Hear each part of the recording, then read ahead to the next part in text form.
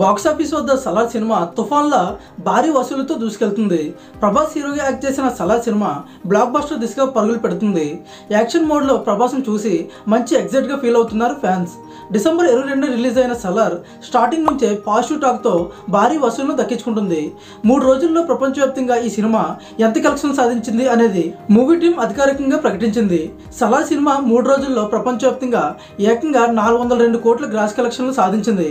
3 రోజుల్లోనే 400 కోట్ల మార్కును దాటి సత్తా చాటింది.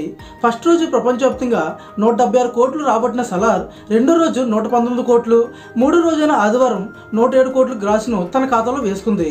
సోమవారం క్రిస్మస్ హాలిడే కావడంతో కలెక్షన్లు ఫాస్ట్గా కంటిన్యూ అయ్యే అవకాశం ఉంది. మంగళవారం నుంచి కాస్త తగ్గే ఛాన్స్ ఉంటుంది.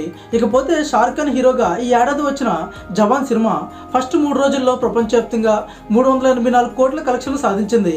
అయితే దీన్ని సలార్ క్రాస్ చేసేసింది. 3 రోజుల్లోనే 400 కోట్ల మార్క్కి చేరింది. ఈ సంవత్సరం ఫస్ట్ వీకెండ్లో అత్యధిక కలెక్షన్లు దక్కించుకున్న మూవీగా సలార్ నిలిచింది.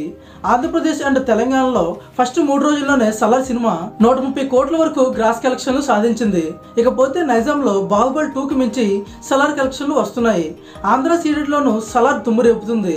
3 రోజుల కలెక్షన్ల విషయంలో తెలుగు రాష్ట్రాల్లో కొన్ని చోట్ల RRR సినిమా తర్వాత సెకండ్ ప్లేస్లో సలార్ సినిమా ఉంది.